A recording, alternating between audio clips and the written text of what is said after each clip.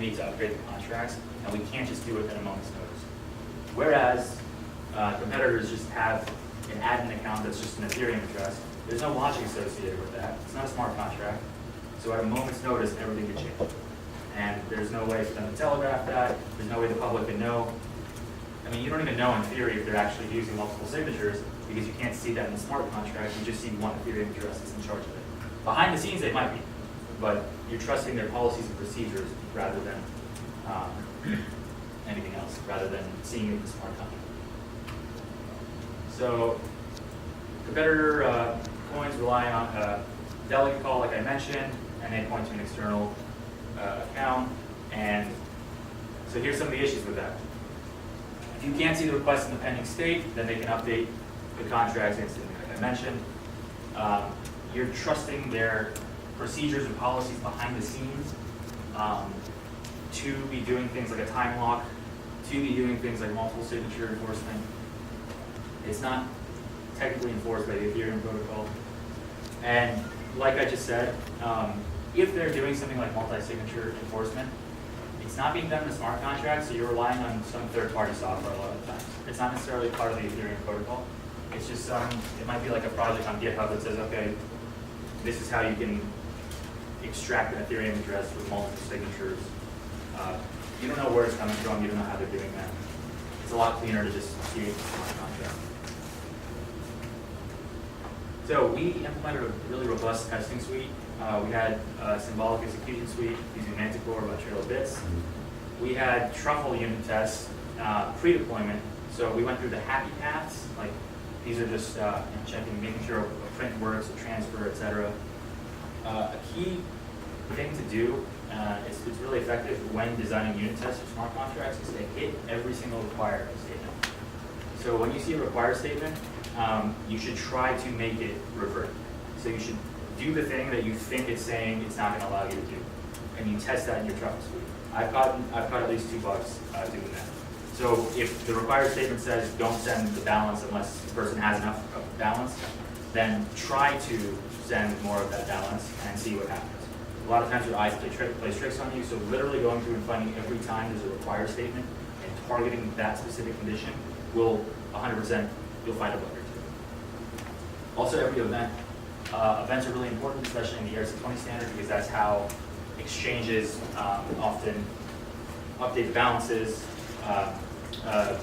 on the exchanges. So that's how they update what the tokens worth, etc. Events emit logs, so you should also target every event and make sure the logs are as you expect. So require statements and going after the events and getting the logs and making sure the output of that event is as expected. Also, I mentioned this briefly in my the talk earlier. We had a post-deployment verification suite, also written in Truffle.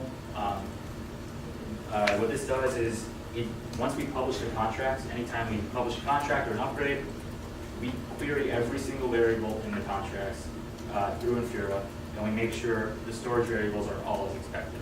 And that's done through Truffle by querying through Infura and comparing it to known values. And I'll just quickly show what it looks like.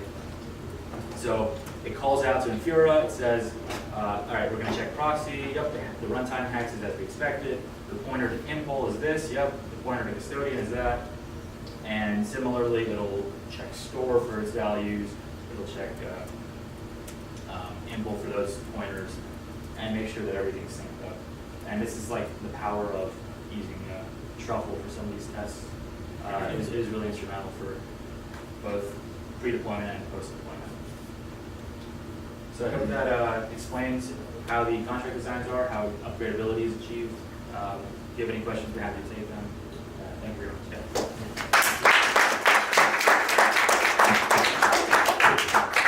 Could you give an example of a test you would do in Manticore? I went to that presentation yesterday.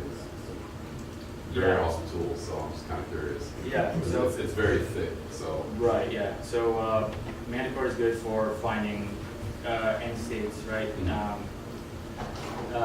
It's good for finding overflows, for example. That's a really good use case.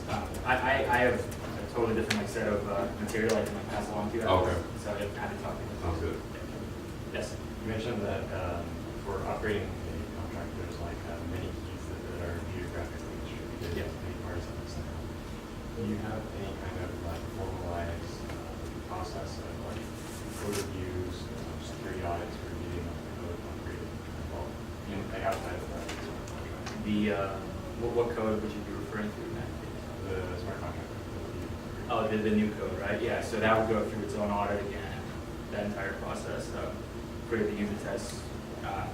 Basically, if we ever publish a new contract, that's going to go in the same scrutiny that all these contracts have. Yeah, that's a good question.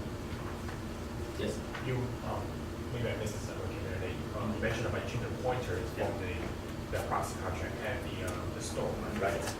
When you change the info contract.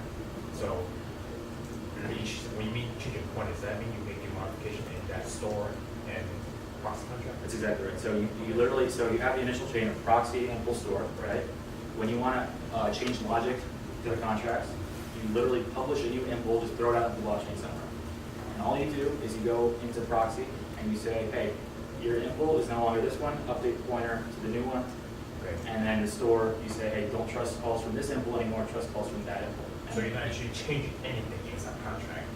Well, the pointer is a storage variable in those contracts. And that can only be changed with the custodian accounts that I mentioned, which requires multiple signatures, offline key sites, geographically separated. Does that custodian contract support any other operations, or just that? Yeah, so we use that custodian for a lot of things. High impact, like prints, for example. You can't print arbitrary amounts of Gemini dollars with just, so that's another good point. So competitors allow you to print arbitrary amounts of their stable coins with just one key. We only allow printing a small amount up to a certain limit with one key. If you want to print an unbounded amount, you need to use a custodian as well, and that requires that's the whole ordeal that I talked about. But yeah, that contract is publicly available too, so if you want to take a look. Yes. How do you enforce the only proxy on the impl? Only proxy on the impl. It just makes sure the message sender is the proxy address. Okay. The address of that contract. When you launch the impl, you're putting in the proxy address. That's correct. Okay. Yeah, exactly right. Yes. How did you guys devise your strategy for geographically separating hardware wallets or not? So The key sets? I can say that they're access controlled. A key part of Gemini Exchange is everything is dual controlled. So not one single actor has access to any individual thing. It requires multiple controls. As far as like where they are, I can't go into that, but they're separating them was another like redundant step to making sure that someone couldn't somehow just go to one place and another place in 30 minutes and get it. But so there was no, was there a methodology you just can't share choosing it? Because you can see networks like POA where they come up with validators and all sorts of things like that with a specific criteria, some of the methodology, criminal record or lack thereof, and right. so on. Yes, Is there, some of the methodology I'm not aware of by design, but parts that I do know, I don't think I can get into much more detail than what I experienced. But that's a good question. Yes. So in the case that you do find, let's say, critical security vulnerability in one of the smart contracts, it seems like there's a pending state and before the new contract takes place.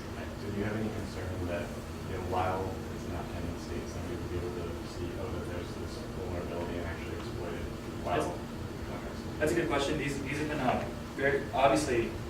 More eyes is always good. That's a good question. So the answer is that these initial contracts have been very thoroughly vetted. What we can do also is have transactions that are pending, ready to go essentially, such that they follow the minimum time loss. But the point is to do all the auditing ahead of time. And it's ERC20, so you don't have too complex a logic. I mean, we did like a lot of test suites for very basic functionality, but that's a very good question. Yes. So just to follow what you're saying, so when you put a pending state, does that actually lock the contract? No, it doesn't. Okay. Anyone can make the request, by the way. So you can go make a request and it would be in pending state. But when we actually make the request to do something, we're only going to sign it once we do, obviously. But none of those requests can be signed immediately. There is that time lock, so people can be aware of what's happening. What were some of the transactions while there's that time on, like pending? Oh yeah, of course. Yeah. Everything's fully up. Now, there's something that's like super vulnerable about the contract you find, like, do something functionality like now? We have the ability to pause the contracts at easier notice without that state. But if we wanted to like change the logic somehow, like say we decided to take a 50% cut, which we never do, that would have to follow that. If we want to print an unbounded amount, that would have to follow that. Just as a reminder, there's no fees for doing that. Yes? Does pausing require the custodian as well, or is that a Does single pausing, account? sorry? Pausing the contracts, Does it require what, sorry? the custodian? Yes, exactly. Okay, great. So hope you guys learned something about how the contracts are structured and why this is the right way to do it. So if you have any further questions, I'm happy to talk to you guys in person, or you can follow me on Twitter. I just want people there too. Thank you all.